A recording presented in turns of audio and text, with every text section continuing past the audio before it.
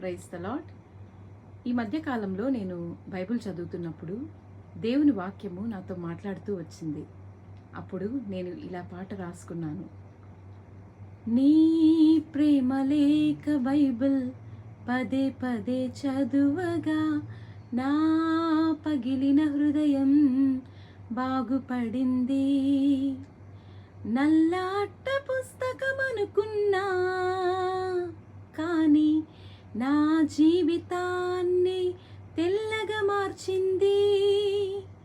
అందుకే విడువను, ప్రతిదినము చదివెదను. అందుకే విడువను, ప్రతిదినము చదివెదను.